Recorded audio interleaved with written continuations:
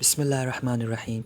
Come, let us talk about the conflict ongoing between America and Iran. So, Middle East geopolitics. First, I will give you some background information. Middle East में basically the main regional power हैं. एक है Saudi Arabia and दूसरा है Iran. These two countries are rival countries and enmity brews in between them. हालांकि ये कई countries एक दूसरे से directly war में न हैं. But in all the other conflicts in the Middle East amongst the rest of the countries, इनके use करे ये बई कंट्रीज़ हिक ॿिए सां प्रॉक्सी वार में आहिनि. प्रॉक्सी वार जो मतिलबु आहे त ॿ कंट्रीज़ हिक ॿिए सां डायरेक्टली नथा विढ़नि बल्कि टे कंट्री में इनडायरेक्टली विढ़ी रहिया आहिनि. For example proxy wars are ongoing in Yemen, Syria and Iraq amongst Saudi Arabia and Iran. हाणे थींदो छा आहे बेसिकली इन्हनि में कोई हिकु गवर्नमेंट हूंदी, गवर्नमेंट खे अपोज़ करण वारा रेबल्स हूंदा. So on one hand, Saudi Arabia would support the government by funding weapons. Iran, on the other hand, would support the rebels and supply weapons to them, and the battle among them would continue. Iran में basically majority है Shia Muslims ji, and Saudi Arabia में majority है Sunni Muslims ji. So you could also call it a religious divide between the two countries, which further stokes the conflict in between these two countries.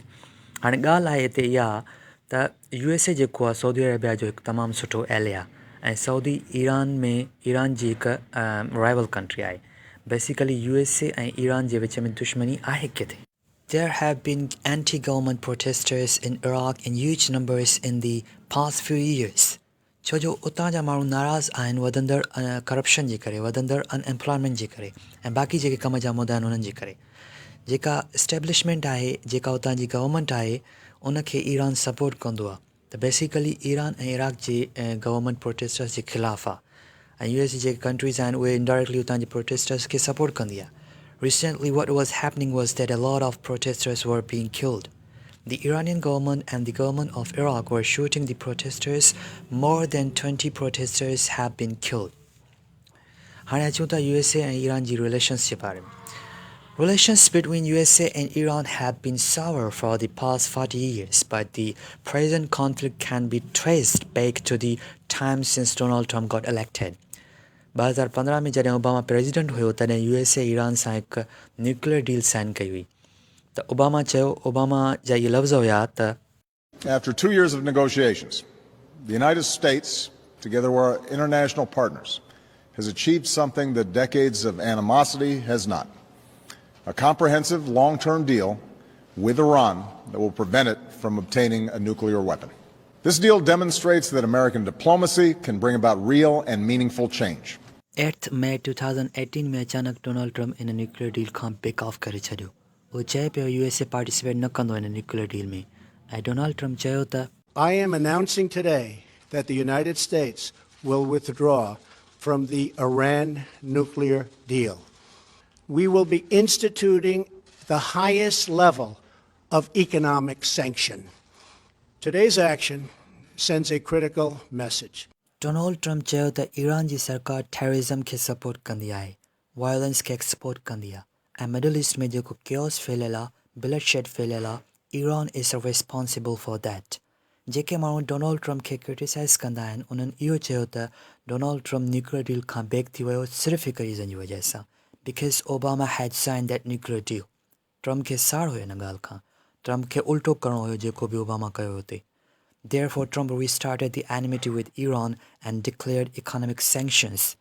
After that, there was constant escalation of tensions between the two countries. जीअं हिकु दफ़ो Saudi Arabia जे oil tankers ते हिकु drone हमलो कयो वियो. USA चयो त इहो ईरान करायो. For example, on 20 June 2019, a US drone was shot down by Iran on charges of it flying through Iranian territory. USA चयो पियो न इहो इंटरनेशनल टेरिटरी में घुमे पियो. 8 April 2019 में डोनाल्ड ट्रम्प हिकु अहिड़ो डिसीजन वरितो जेको अॼु ताईं अमेरिका जी हिस्ट्री में न वरितो वियो हुयो. उन्हनि ईरानियन मिलिट्री जी हिकु ऑर्गेनाइज़ेशन आहे, हिकु ब्रांच आहे जंहिंजो नालो आहे IRGC, Islamic revolutionary guard corpse. They declared it a foreign terrorist organization. इहो पहिरियों दफ़ो हुयो जेको कंहिं ॿिए कंट्री जी मिलिट्री खे तव्हां हिकु टेररिस्ट ऑर्गेनाइज़ेशन चओ था. After that, on 28 December 2019, a rocket attack was launched on a US military base present in Iraq, जंहिं में हिकु अमेरिकन कॉन्ट्रैक्टर जी डेथ थी वई. US चयो त इन लाइ ईरानियन मिलिट्री रिस्पॉन्सिबल आहे ऐं Iranian military जो General Suleiman responsible. The US retaliated on 29 December 2019 by conducting airstrikes on a weapons center of the Iranian militia organization.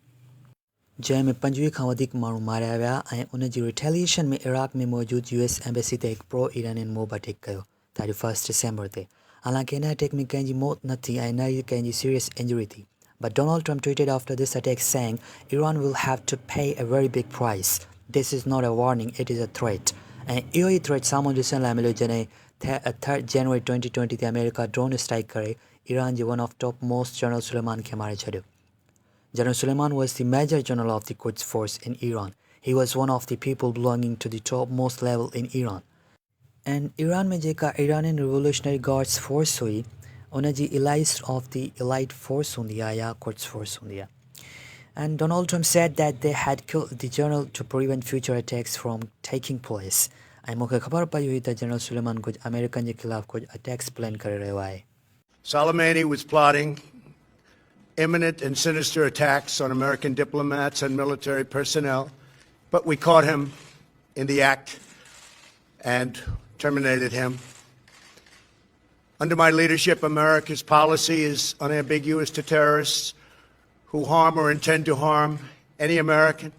US officials जो मञणु आहे त जॾहिं इराक वार हले पई तॾहिं जनरल सुलेमान वेपन्स सप्लाई कंदो हुयो उतां जे मौजूदु टेररिस्ट मां. But Iran denies anything of that sort. In fact, Iran जे अंदरि जनरल सुलेमान खे हिकु तरह जो नेशनल हीरो मञियो वेंदो आहे. त तव्हां हिते इंट्रेस्टिंग शइ हिते ॾिसंदो त how one country considers a person a national hero and a freedom fighter. ऐं ॿी तरफ़ ॿी कंट्री हिन खे हिकु टेररिस्ट सम्झंदी आहे. This happens very often by the way. जिते बि दुनिया में कॉन्फ्लिक्ट्स हली रहिया हूंदा आहिनि झगड़ा हली रहिया हूंदा आहिनि उते अक्सर थींदो आहे त सेक्शन ऑफ पॉपुलेशन कंहिंखे पंहिंजो फ्रीडम फाइटर सम्झंदी आहे ऐं ॿी सेक्शन ऑफ पॉपुलेशन हुनखे हिकु टेररिस्ट सम्झंदी आहे. So there is one thing I'd like to say here. Whenever you read about such complex geopolitical issues, त पंहिंजे दिमाग़ में कंहिंखे सुठी ऐं ख़राब कैटेगरी में फिट करण जी कोशिशि न कयो. हिते कुझु बि ब्लैक एंड वाइट न आहे. इहो इंसानु 100% सुठो आहे, इहो इंसानु 100% बुरो आहे. Judge people by their actions. ऐं ॿियो हिकु शइ मां तव्हांखे ॿुधाईंदो वञा जॾहिं प्रेसिडेंट बुश इराक ते वॉर डिक्लेयर करे छॾी हुई सदाम हुसैन खे माराए छॾियो हुयो त तमामु घणनि माण्हुनि ॾिठो त USA खे कोई मेन रीज़न न हुयो वॉर में वञण लाइ पर पोइ बि USA वॉर में वियो ऐं उन हिकु डिसीजन जी वजह सां that the image of USA is still tainted all across the world. त USA ज़बरदस्ती ऑयल जे लाइ जंग में वेंदो आहे, पीस ठाहिण लाइ मिडल ईस्ट में जंग में वेंदो आहे, पंहिंजनि फ़ाइदनि लाइ बेसिकली फाइट कराईंदो आहे दुनिया भर में. And aftermath of air strike, the Iranian government has said that it's going to retaliate fully after this air strike. पर हू आम अमेरिकन खे हिन जे लाइ रिस्पॉन्सिबल नथी मञे.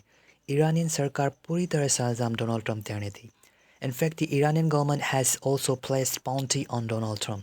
ऐं उन्हनि जो चवणु आहे त एवरेज अमेरिकन खे परेशान थियण जी ज़रूरत न आहे.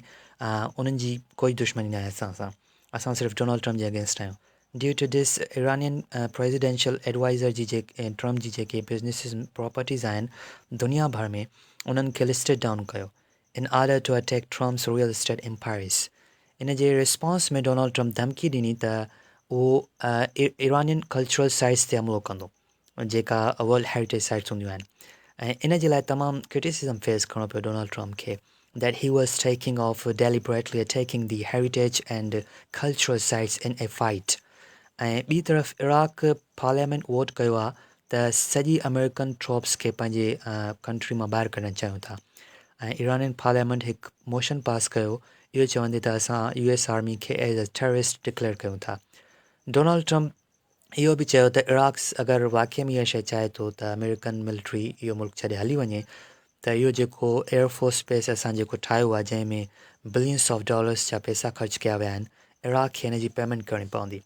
And if Iraq does not agree to pay, then huge economic sanctions will be levied on Iraq.